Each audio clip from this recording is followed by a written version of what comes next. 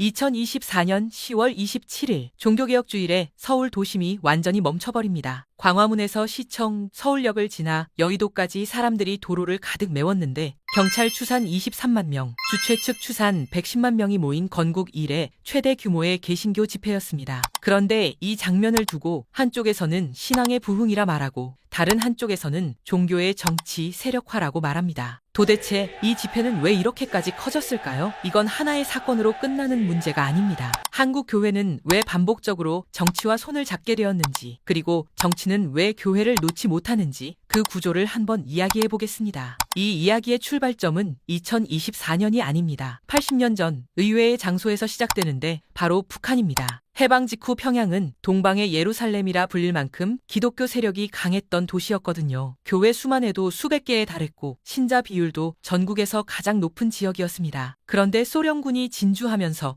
상황이 완전히 뒤집어집니다. 종교는 인민의 아편이라는 공산주의 원칙 아래 교회가 폐쇄되기 시작했고 목사들이 체포되고 예배 자체가 금지되는 상황까지 벌어진 겁니다. 신앙을 지킬 수 없다고 판단한 기독교인들은 목숨을 걸고 38선을 넘어 남쪽으로 내려옵니다. 이들에게 공산주의란 단순한 정치 이념이 아니었어요. 자기 교회를 부수고 자기 목사를 잡아가고 자기 신앙을 뿌리째 뽑으려 했던 직접적인 경험이었던 겁니다. 그래서 이때 하나의 강력한 공식이 만들어집니다. 반공은 곧 신앙 수호다. 이 공식은 단순한 구호가 아니라 생존의 기억에서 나온 것이기 때문에 훨씬 강력했고 이후 80년 동안 한국 보수교회의 행동 방식을 결정짓는 뿌리가 됩니다. 그런데 여기서 중요한 건 이 구조가 교회 혼자 만든 게 아니라는 점입니다. 정치 권력도 교회가 필요했거든요. 이승만 정부 시절을 보면 이승만 대통령 본인이 독실한 기독교인이었고 반공을 국가 이념으로 삼으면서 교회와 자연스럽게 손을 잡게 됩니다. 교회 입장에서는 공산주의로부터 보호받을 수 있었고 정부 입장에서는 수십만 신자를 가진 교회 조직이 체제를 지지하는 강력한 기반이 됐던 거죠. 이게 한국에서 교회와 정치가 처음으로 공식적인 공생관계를 맺은 출발점입니다. 이 관계는 박정희 시대에 더 복잡해집니다. 박정희 정권은 유신체제를 통해 강력한 권위주의 통치를 했는데 이때 교회는 두 갈래로 갈라지게 됩니다. 한쪽에서는 민주화를 외치며 독재에 저항하는 진보적 교회가 있었고 다른 한쪽에서는 반공이라는 기치 아래 정권을 지지하는 보수 교회가 있었습니다. 흥미로운 건 진보 교회의 목소리가 컸음에도 불구하고 수적으로 조직적으로 더 큰 영향력을 가진 건 보수 교회 쪽이었다는 겁니다. 정권은 이들에게 세제 혜택과 건축 허가 등 실질적인 혜택을 제공했고 교회는 그 대가로 체제 안정에 기여하는 구조가 만들어졌습니다. 전두환 정권 때도 이 패턴은 이어집니다. 1980년대 한국 사회는 민주화 열기로 뜨거웠는데 보수 교회 지도자들 상당수는 정권과의 관계를 유지하면서 오히려 조용한 지지를 보냈습니다. 물론 모든 교회가 그랬다는 건 아닙니다. 하지만 대형 교회를 중심으로 형성된 보수 교계의 주류는 반공이라는 공통 언어를 매개로 정권과 가까운 거리를 유지했던 겁니다. 이 시기에 한국 대형 교회들이 급격하게 성장하게 되는데 경제 성장과 도시화 그리고 정권의 암묵적 지원이 맞물리면서 수만 명 규모의 메가처치가 등장하기 시작합니다. 여기서 주목해야 할 게 있습니다. 교회가 커지면 단순히 신자 수만 늘어나는 게 아니라 조직력이 생깁니다. 수만 명의 교인은 곧 수만 표를 의미하거든요. 매주 일요일 한 장소에 모이고 한 사람의 말을 듣고 같은 방향으로 움직이는 조직이 정치적으로 어떤 의미를 갖는지는 정치인이라면 누구나 알 수 있는 거죠. 그래서 민주화 이후에도 이 공생관계는 사라지지 않습니다. 오히려 선거라는 제도 안에서 더 정교해지는데 후보들은 대형 교회를 방문하고 목사들은 강단에서 특정 가치관을 강조하며 교인들은 그 메시지를 안고 투표장에 가는 구조가 자연스럽게 형성됩니다. 그런데 냉전이 끝나고 2000년대로 들어서면서 변화가 생깁니다. 공산주의라는 위협이 현실적으로 약해지기 시작한 겁니다. 북한은 여전히 존재하지만 과거처럼 교회를 직접 파괴하는 공포의 대상은 아니게 됐거든요. 그러면 반공이라는 결집 명분이 약해지면서 교회의 정치적 영향력도 줄어들어야 하는데 실제로는 그렇게 되지 않습니다. 왜냐하면 새로운 위협이 등장하기 때문입니다. 2007년 차별금지법 논의가 시작되면서 보수 교계에 새로운 경보가 울립니다. 성적 지향을 차별금지 사유에 포함시키는 법안이 발의되자 교계는 이것을 성경적 가치에 대한 직접적 도전으로 받아들인 겁니다. 이전에는 공산주의가 신앙을 위협했다면 이제는 세속적 가치관이 신앙을 위협한다는 새로운 서사가 만들어집니다. 위협의 대상은 바뀌었지만 구조는 똑같았어요. 위협을 인식하고 결집하고 조직적으로 대응해서 영향력을 유지하는 패턴 말입니다. 실제로 차별금지법은 2007년 이후 여러 차례 국회에 발의됐지만